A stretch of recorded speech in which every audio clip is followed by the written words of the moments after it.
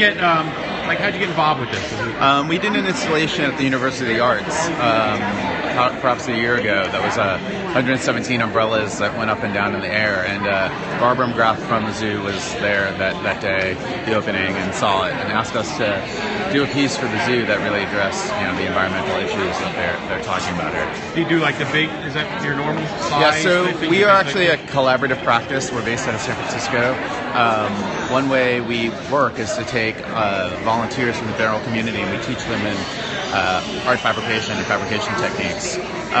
So we normally build enormous pieces of art. This is one of our medium-sized or smaller ones, actually. I mean, it's 35 feet tall, 9,000 pounds, and it's usually in the ballpark of what we normally do. So it takes a group, literally takes an army, a community of people to come together to make something like that. We had approximately 30 people working on this project alone. And you build it? So we built it in our studio, which is in West Oakland. Okay. And we bring it out in pieces in a giant shipping container that we bought used. And we assembled it here over the course of a week, day and night, with a team of approximately 10 to 12 people.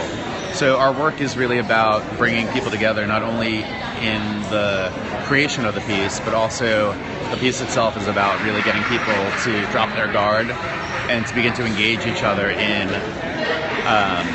creating a community and talking about the issues and really engaging with each other. Where do you get the recycled materials? Is it just shipped to you? No. One of the interesting things is when Barbara and the zoo approached us, they immediately wanted to talk about recycling and repurposing. And we had an existing sculpture that had been on an extensive tour and had literally come to the end of its life cycle. So we thought it would be really interesting to just actually repurpose and recycle art itself. So the structure of the piece, the steel, is all recycled from an earlier work. Oh, okay. And then we, stripped it down to its core, and then reimagined it using recycled materials. The zoo asked us to consider butterflies, which are endangered because of the flower that in the young, earlier stages of their life, they only eat milkweed. Okay. And that's been challenged by climate change and development pressures.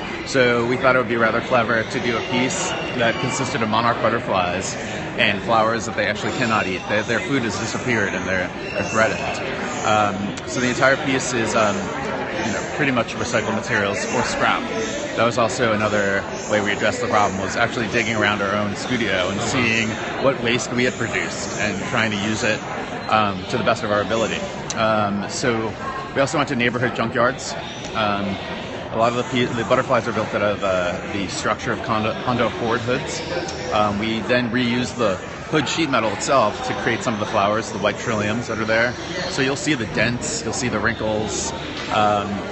We've traveled around the neighborhood, literally at a local level, to auto body repair shops who routinely just discard damaged bumpers, plastic bumpers, which is, they're quite large. It's a huge amount of waste for just, rather than, they're not really repairable anymore as they used to be.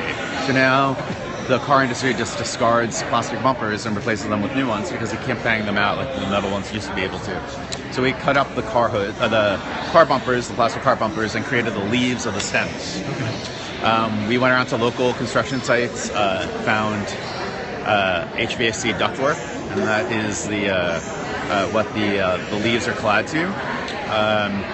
The centers of those white flowers with the car hoods are actually used traffic light lenses that we found online. Wow. The butterflies themselves are built out of car tires, actually motorcycle tires, and the heads are used IKEA utensil holders. And the rest of the piece is we just, really creatively thinking about what we had and what we could use, and how we could minimize the footprint itself. Even the artificial turf on which the piece sits was scrap. Oh, okay. That's what we were wondering about. Yeah. So, we really wanted to really address whatever we could, and the idea of, even artificial turf, while it might, reusing it is just a really important thing. Not letting things go to waste. It's where we find our inspiration, and that's what we do. Cool. That's great. Thank you. Sure. I appreciate it. Thank you. Nice meeting you. Thank you.